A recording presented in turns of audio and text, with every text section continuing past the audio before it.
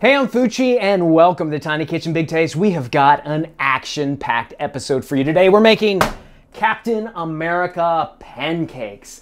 Now, rumor has it, in the upcoming Avengers Infinity War movie, the Captain has a new Wakandan shield. But really, how long can Iron Man and Captain America stay mad at each other? I just have this hunch that by the end of the movie, the two of them will make up and Cap will have his old classic shield back. And if not, we'll always have pancakes. So bring it.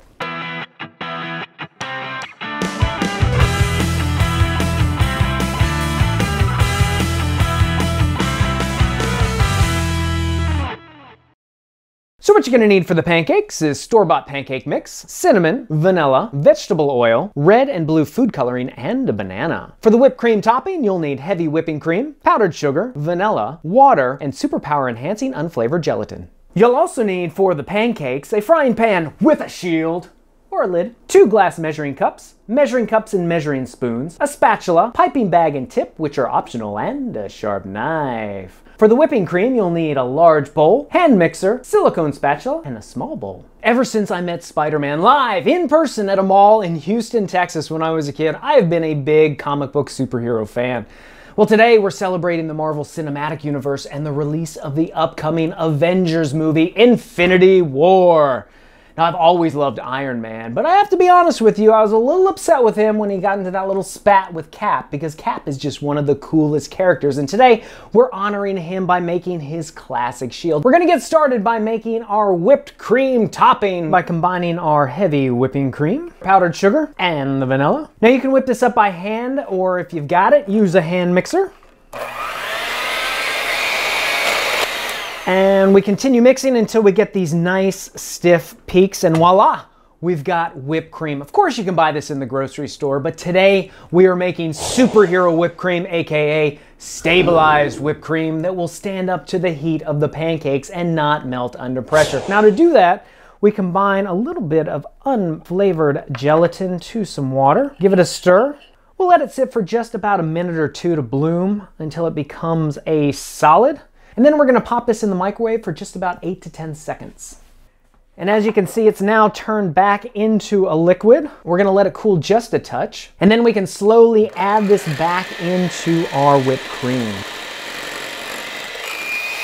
And there we have it, stabilized whipped cream. Look how thick that is. Now we can pop this in the fridge until we're ready to use it. Next, we're gonna make our pancakes according to package directions. Add a little bit of vanilla, a touch of vegetable oil, and cinnamon, and we'll give that a mix. Now you don't want to over mix your batter, that will cause the gluten to develop and you'll get some really tough pancakes. So just mix it until it's thoroughly combined. It will be a little bit lumpy. And then we're going to transfer just a little bit of our batter to our smaller mixing cup. In the larger one, we're going to put some red food coloring, and in the smaller one, some blue. Give them a mix. And now we can take it back to the stove. So we've got a frying pan over medium-low heat. I'm just going to add a touch of vegetable oil and rub that around with a paper towel. Even though it's non-stick, a little extra oil always helps. Now at this point, we're just going to add our batter. Now we want a 7 to 8 inch pancake. Now a little trick my dad taught me, measure your hand from pinky to thumb and then you have sort of a guide of measurement. Mine's 8 inches. Voila, we have just about a 7-inch pancake. Now we're gonna cover it up because we're not gonna flip our pancakes. We want a real vibrant red, so we're gonna cook it on the bottom and steam it on top. You can add just a touch of water and then cover it up. That'll create some extra steam that'll help to really cook the top. Now you want to make sure that it's all cooked in the center. We're just about there. So we'll just scoop it up and place it on our plate. Add a little bit of blue batter, just about the size of a quarter. It's going to spread out just a little bit. I'm going to do just a few of these so that we get the right size. Again, like before, you can add just a touch of water to create some steam. Let's put these together. So we're just gonna place our red shield pancake right in the center. We'll top that with one of these blue dots. And then I've put our stabilized whipped cream in a piping bag. If you don't have a piping bag, no problem. Just get one of those resealable plastic bags and snip off the tip. Create the white stripe around the blue so that it alternates blue, red, white, red. And then we've got to create the center star. We're going to do that out of a banana. Slice about a 1/4 inch slice of banana with my really dull knife here.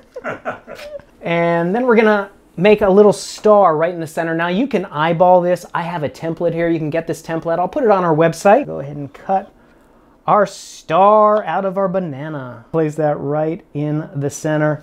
And voila, let's plate it. Now we've already plated it up. It's time to eat it up. But before we do, go get the recipe for this. It's available on our website. You can also check us out at Facebook, Instagram, and Twitter. And I want to hear from you. Take our poll. Let us know whether you think Captain America will get his iconic shield back. And don't forget to subscribe. Until next time, I'm Fucci reminding you that if I can make a Captain America pancake in a kitchen this tiny, you can make it in yours. We'll see you next time on Tiny Kitchen, Big Taste. I need my super fork. When Captain America throws his mighty shield, all those who chose to oppose his shield must yield. If he's led to a fight and a duel is due, then the red and the white and the blue will come through when Captain America throws